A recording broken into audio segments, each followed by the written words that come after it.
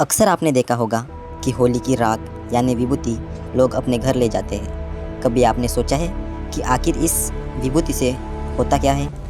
तो इसके बारे में हमारे धर्म ग्रंथों में कुछ लिखा है। तो आज की वीडियो में हम यही देखने वाले हैं। तो चलिए वीडियो को शुरू करते हैं। तो सबसे पहला और शायद सबसे जरूरी फायदा है सुरक्षा, खास तौर पर नजर दोष से, जिसे हम सब बुरी नजर लगना भी कहते हैं। ये एक ऐसी मान्यता है कि किसी की जलन भरी या जरूरत से ज्यादा तारीफ भरी नजर भी हमारी एनर्जी पर एक नेगेटिव असर डाल सकती है।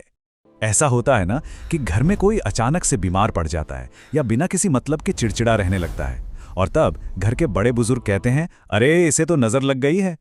तो ये उपाय बस उसी सिचुएशन के लिए है, और इसे इस्तेमाल करना तो बहुत ही आसान है। इस पवित्र राख का एक छोटा सा तिलक माथे पर, गर्दन पर या शरीर के किसी भी हिस्से पर लगा सकते हैं, या फिर बस एक छोटी सी पुड़िया में बांधकर इसे अपने पास रख सकते हैं। ऐसा मानते हैं कि ये एक सुरक्षा कवच की तरह काम करती है। अच्छा, अब दूसरे फायदे की तरफ बढ़ते हैं। एक ऐसा टॉपिक जो हम सभी से जुड़ा हुआ है, पैसा और समृद्धि। जी, माना जाता है कि इस विभूति में घर में बरकत लाने की शक्ति भी होती है। कभी कभी ऐसा लगता है ना कि पैसा तो आता है, पर जैसे हाथों से रेत की तरह फिसल जाता है, या फिर बहुत मेहनत के बाद भी घर में पैसों की तंगी बनी रहती है। तो ये उपाय इसी परेशानी से जुड़ा हुआ है। उपाय एकदम सिंपल है। बस थोड़ी सी होली की राख लीजिए, उसे एक छोटे से लाल कपड़े में बांधकर एक पोटली बना लीजिए, और फिर इस पोटली को अपनी तिजोरी में, दुकान के गल्ले में या उस जगह पर रख दीजिए जहां भी आप पैसे रखते हैं। मान्यता है कि इससे घर में पैसा टिकता है और समृद्धि बढ़ती है। और अब आते हैं तीसरे और आखिरी लाभ पर, जो हमारी शारीरिक और मानसिक सेहत से जुड़ा है। हम इसे कह सकते हैं एनर्जी की क्लीनिंग या शुद्धिकरण। कई बार हम बिना किसी वजह के बहुत थका भारीपन या एक नेगेटिविटी महसूस करते हैं, या फिर कोई पुरानी बीमारी है जो जाने का नाम ही नहीं ले रही। ऐसा माना जाता है कि इसकी वजह हमारे आसपास की नेगेटिव एनर्जी भी हो सकती है। इसके लिए बस इतना करना है कि अपने नहाने के पानी में एक चुटकी भर होली की राख मिलानी है। ऐसी मान्यता है कि जब इस पवित्र पानी से नहाते हैं तो शरीर और मन पर जमी हुई सारी नेगेटिव एनर्जी धुल जाती है और एक नई ताजगी का एहसास होता है।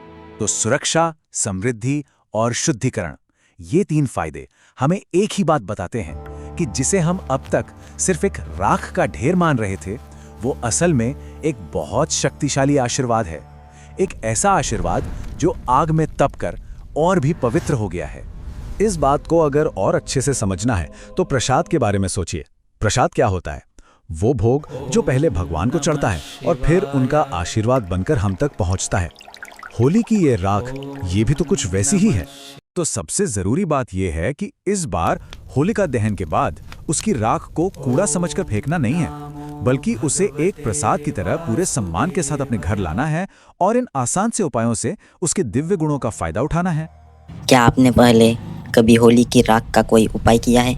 कमेंट में अपना अनुभव जरूर बताएं। और हाँ, इस पवित्र जानकारी को अपने दोस्तों और परिवार के साथ शेयर करना ना भूलिए, ताकि उनके घर भी बरकत आए। ऐसी ही धार्मिक बातों को जानने के लिए हमारे चैनल को सब्सक्राइब जरूर करें। आपकी होली शुभ हो।